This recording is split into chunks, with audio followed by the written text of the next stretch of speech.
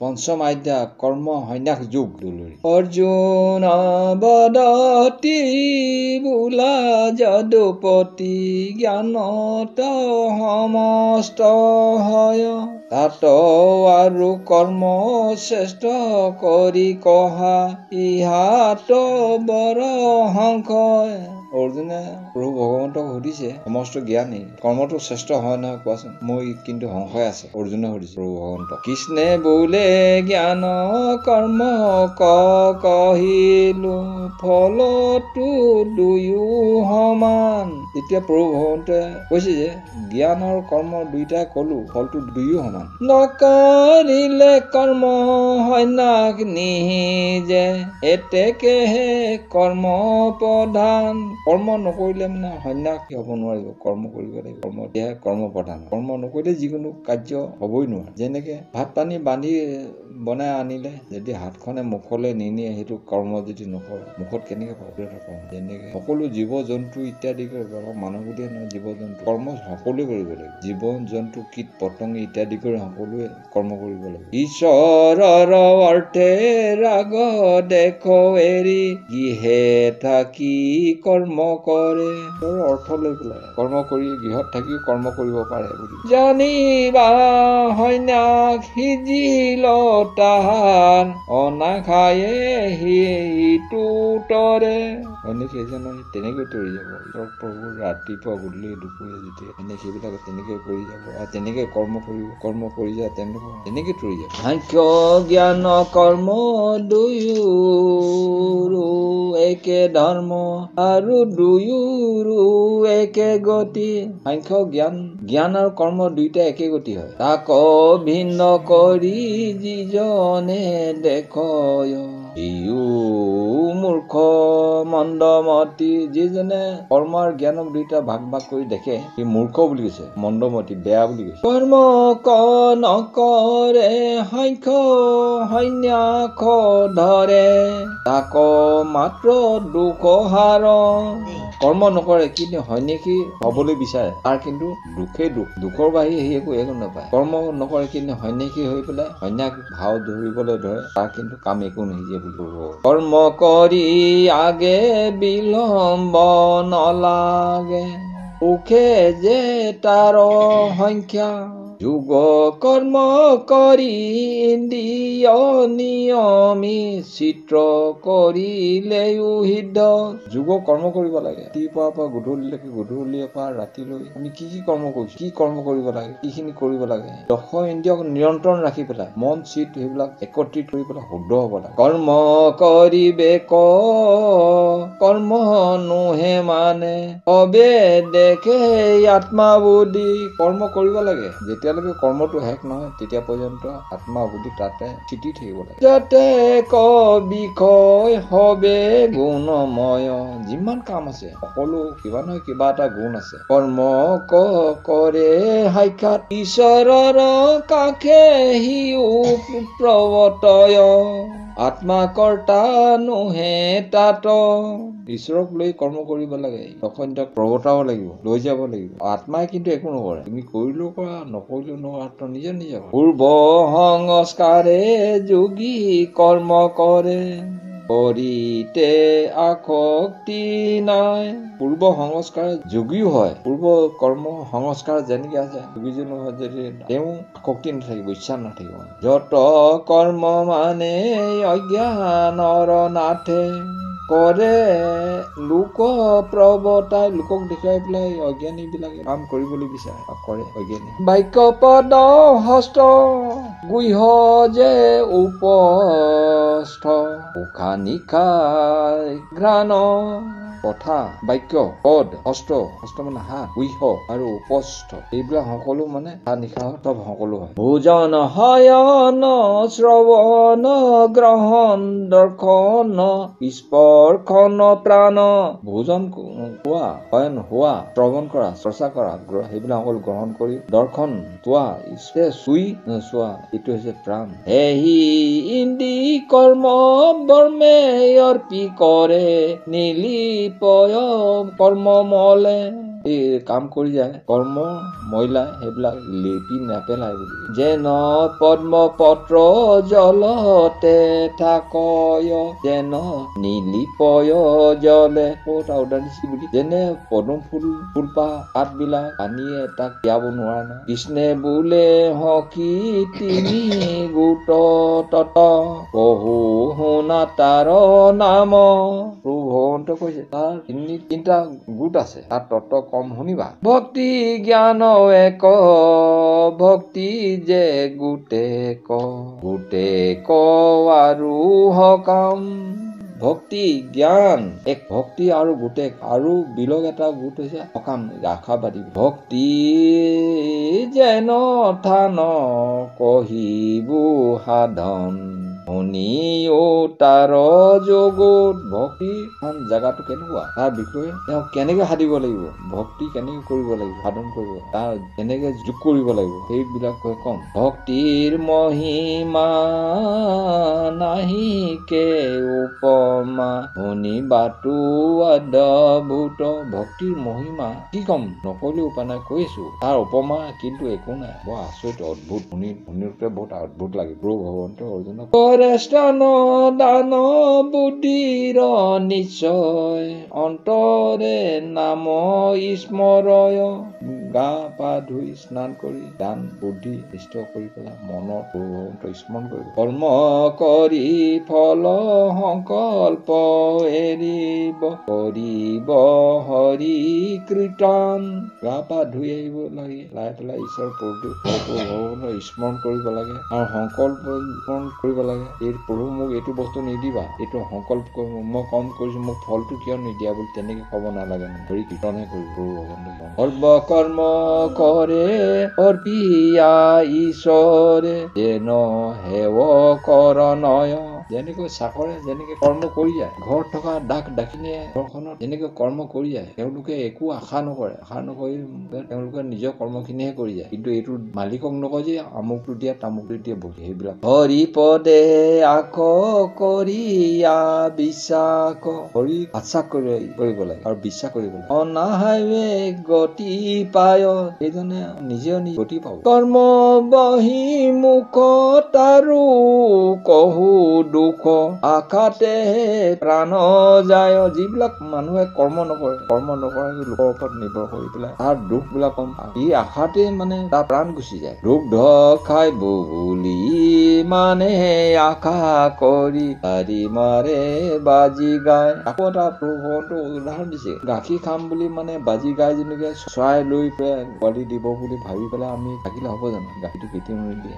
দৈৱ হাসে ঘৰে উপবাসে মৰে বেপাৰ আৰু সীমানায় বস্তু ঘৰতে সাঁচি থয় ভোকত লঘোণে থাকিব কিন্তু বেপাৰ এইটো কৰিম নে সেইটো কৰিম মানে বেপাৰ মানে কামৰ সীমা নাই এইবিলাক মানে লোভী লালচি মানে বিলাক ঘৰত বস্তু থাকে থাকিও লঘোণে থাকিব সাঁচি থয় ব্যয় নকৰে কাল দেখ বুদ্ধি দৈৱ দেহ সিদ্ধি হইলে কৰ্ম প্ৰাল পায় যি টাইমত যিটো কাম কৰিব লাগে সেইটো কাম কৰি পেলাব লাগে খাবলগীয়াটো খাব লাগে পিন্ধিব লাগে পিন্ধিব লাগে যি টাইমত যিটো কৰিব লাগে কৰি পেলাব লাগে ইহাৰ মধ্যত ব্ৰহ্ম প্ৰমাদত যদি অংগহীন ভৈলা তাৰ ভিতৰত যদি কিবা এটা অংগ নাইকিয়া হয় তেতিয়া কি কৰিবা এই সাঁচি থোৱা বস্তুখিনি যদি কোনোবাই মাজতে খাই বা চুৰ কৰি ডকাইতি লৈ গুচি যায় তেতিয়া কি কৰিবা অংগহীনৰ দিশে হৈ পৰিব থাকি নথকা দিশে হৈ পৰিব হলো নাহি তাৰ দুখ মাত হাৰ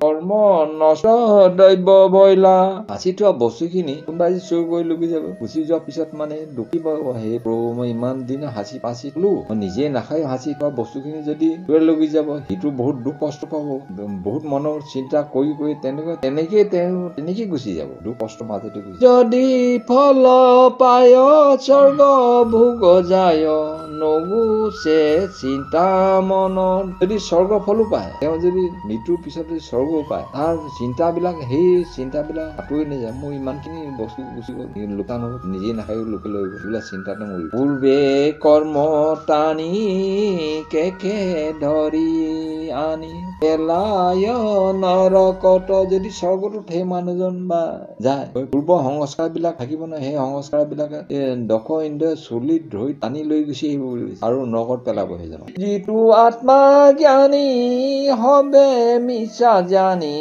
হৰিৰে নগৰ তাৰ যিজন আত্মাৰ জ্ঞান আছে অন্তৰৰ পৰা যিটো বিশ্বাস আছে তেওঁ চাগে আমাৰ শৰীৰটো এখন নগৰ আমাৰ শৰীৰত কি বস্তু নাই সমস্ত বস্তু আছে সমস্ত দেৱতাগণ আছে ইয়াত কি বস্তু নাই বায়ু বৰুণ ইত্যাদি সূৰ্য মণ্ডল ইত্যাদি সকলো আছে আমাৰ দেহৰ ভিতৰত একে দুৱাৰ নিৰোধি নাযায় যাৰ নৱ খানদাৰ এখন দুৱাৰত একো নহয় প্ৰভু ভগৱন্তে আকৌ দান দিছে এইখন এই আমাৰ দেহটো এখন নগৰ বুলি এইখন একেখন দুৱাৰে নহয় বোলে তাত 9খন দুৱাৰ আছে নৱদাৰে আতি থাকি কৰে জ্যোতি মোৰ দেহে নোহে মানে যে 9খন দুৱাৰে জ্যোতিষ্মান কৰি থৈছে আমাৰ নগৰখনক যেতিয়ালৈকে মৃত্যু নহয় তেতিয়া পৰ্যন্ত সেই 9খন দুৱাৰে কাম কৰি থাকে যাৰ শৰীৰত অভিমান নাই যাৰ শৰীৰত অভিমান নাই মুক্তি হোৱে সিটো জনে সেইজনে মুক্তি পাব পাৰ্থে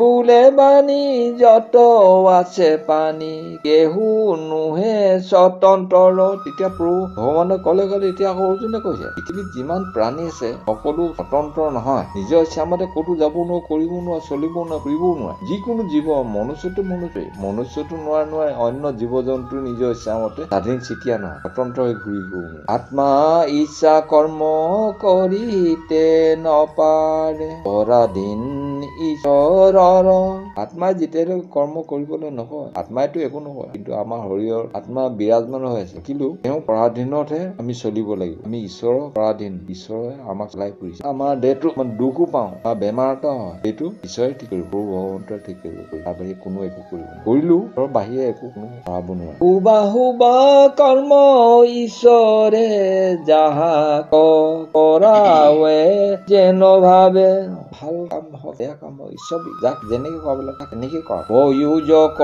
ভৈলে নাহি পাপ পুণ্য ঈশ্বৰক পুনু পাৱে প্ৰয়োজন হলে মানে পাপ পুণ্য একো নাথাকে কিছুমান ভাল কৰ্ম কৰিব কিছুমানে বেয়া কৰ্ম কৰিব কিছুমানে পাপ ঘটিব কিছুমানে পুণ্য ঘটিব গৈ পেলাই শেষত গৈ প্ৰভু ভগৱন্তৰ হে লৈ যাব মৃত্যু কথা কৈছে বোলা ঈশ্বৰ সবাতে সমান পূৰ্ণ কাম লক্ষ্মীপতি সকলো কাম মানে লক্ষ্মীপতি কাক বুলি কৈছে প্ৰভু ভগৱন্ত কৈছে নাই না অভক্তৰ বস্তু কাটৈখ নকৰা ভক্ত লোৱা হাত পাতি অভক্ত বস্তু তুমি নোলোৱা আৰু ভক্তক তুমি মানে হাত পাতি ল'বা কৃষ্ণে বোলে সখী অপমান দেখি সিও দিৱে মোক অপমান কৰা দেখি তেওঁ মানে স্মৰণ কৰিব অপমানে ডুবে মোক ভজিলে দিলো উত্তম লোকৰ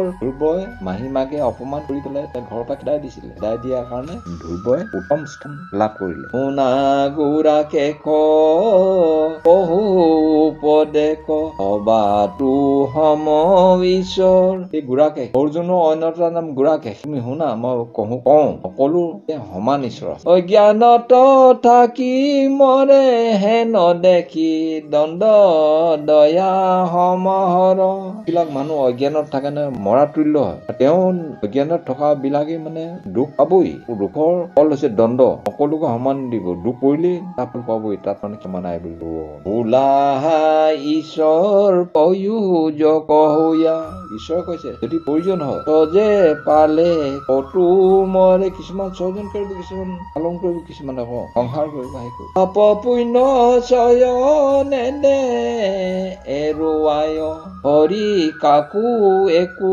কালে পাপ পুণ্য য'ত যেনেকে যি কৰ্ম কৰিছে তেওঁ তাৰ ফল পাব ভগৱান তাকে এৰুৱাই কেতিয়াও নিদিয়ে অবিদ্যা মোহিত হৈয়া বিৰম্বিত ঈশ্বৰক কৰ্তা মানে বিদ্যা অজ্ঞানত মোহ গৈ যিবিলাক লোকে থাকে তেওঁ মানে ঈশ্বৰে কৰিছে বুলি কয়। তেওঁ নিজে যে কৰি গৈছে এইবিলাক কাম, বেয়া কাম কৰিছে, সেইটো নকয়, ঈশ্বৰে কৰাইছে মোক। কৰে অহংকাৰ গুণে অনুহাৰ মূৰ্খে তাক নাজানয়। মূৰ্খ বিলাকে নাজানে অহংকাৰ কৰি পেলাই গুণৰ হাৰ তেওঁ যি কৰ্ম কৰি গৈছে সেইবিলাক পাহৰি থাকিলে, পাহৰি পেলাই এতিয়া এই মূৰ্খ বিলাকে নাজানে। ন বুদ্ধি নাই ভক্তি যে বিনাই নচাৰে সংসাৰ বন্ধ। যিবিলাকৰ বুদ্ধি নাই, যিবিলাক অজ্ঞানী হয়, তেওঁ এই সংসাৰৰ পৰা এৰি যাব নোৱাৰে। তেওঁ সংসাৰ মেৰ পাকত বান্ধ খাই থাকিব। নেদেখো উপায় ইটো সিও গতি নাই হেন জানি নিজে অন্ধ। সেইবিলাকে জানিবা যিজনে মানে একো জ্ঞান নাই, বুদ্ধি নাই, ভৰসা নাই, সেই একো উপায় নাপায়, শেষত গৈ পেলাই তেওঁ অজ্ঞানী অন্ধ হৈ পেলাই তাতে থাকিব, মজি থাকিব। গোবিন্দে কহয় দেৱ দয়াময় চৰণে লৈলো হৰণ। গোবিন্দ মিশ্ৰই কৈছে, হে প্ৰভু দয়াময়, তুমি দয়া কৰিবা, তোমাৰ চৰণত সদায় হৰণ লৈ থাকিম। দিয়া পদ ছায়া গুচ মোক মায়া, তোমাৰ পদৰ ছায়া দিয়া, মোৰ মায়া বিলাক গুচাই দিয়া। ত্ৰাহি ত্ৰাহি নাৰায়ণ নিতে কৰো শ্ৰাম মুখে তোৰা নাম সদা নচাৰো মোৰ। সদায় তোমাৰ নাম লৈ থাকো, এৰি আন কাম ডাকি বোলা ৰাম কৰিও সংসাৰ ঘূৰ।